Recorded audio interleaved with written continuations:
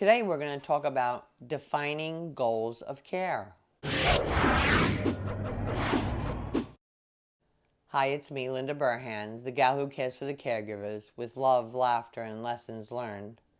Today, once again, I have with me Dr. Brittany Lamb, and she's going to talk about defining the goals of care.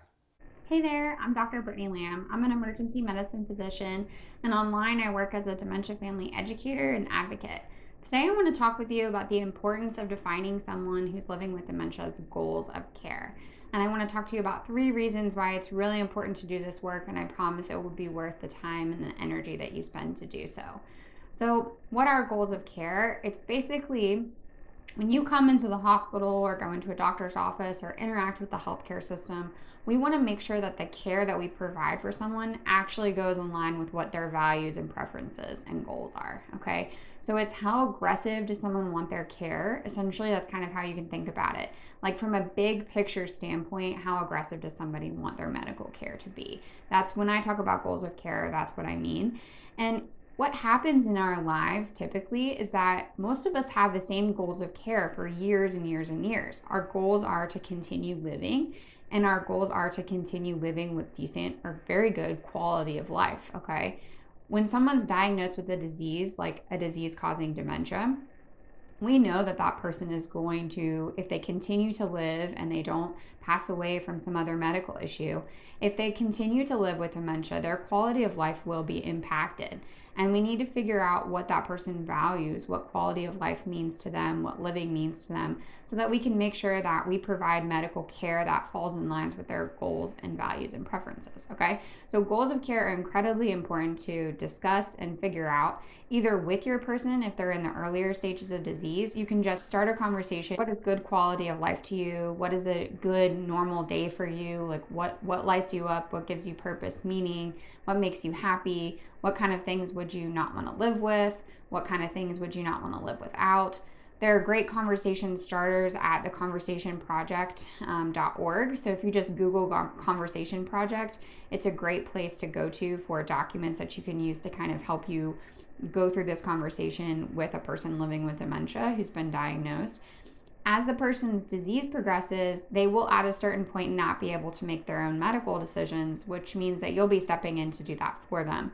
If you don't know your person's overall goals of care, you will struggle to make medical decisions on their behalf. And there's really 3 main things that I want you to think about as benefits of determining your person's goals of care.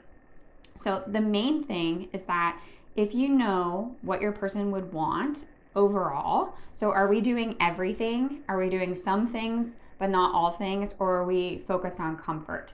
And those goals of care can change over time. They're not set in stone, but those are kind of like the 3 big classes of goals of care.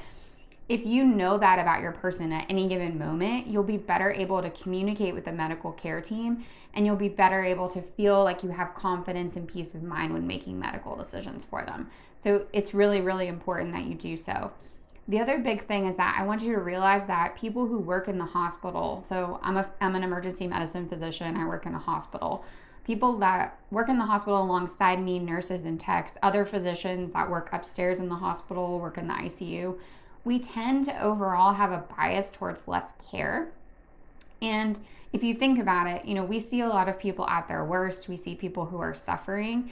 And so for us, it can sometimes feel like that person might live like that on a day to day. And sometimes it's hard for us to remember and remind ourselves that it's important to know how this person's been living. Like prior to this medical issue that's happening, how has that person been living? How has their quality of life been? What would they say about the way that they've been living? Like that is how we figure out what someone's goals are. And what I'll find is that if people don't identify their goals ahead of time, if they may get caught up in the bias of healthcare workers in having less care and having less care for their person. And there's nothing wrong with having less care if that is what a person would choose and that's their, goal and value and preference in that moment based on what's happening with them. But you need to understand that people who work in the hospital, we do tend to consider what we do to folks sometimes as are we truly helping this person? Are we truly providing care that is for them and not to them? Like we want to make sure that we're providing care that your person would want. Okay. And that's the last really big goal a really big outcome and benefit of determining your person's goals of care is that if you do this work, your person is more likely to receive the type of care that they would choose if they were able to speak for themselves. And we all deserve to have the care that we would choose if we're not able to speak for ourselves.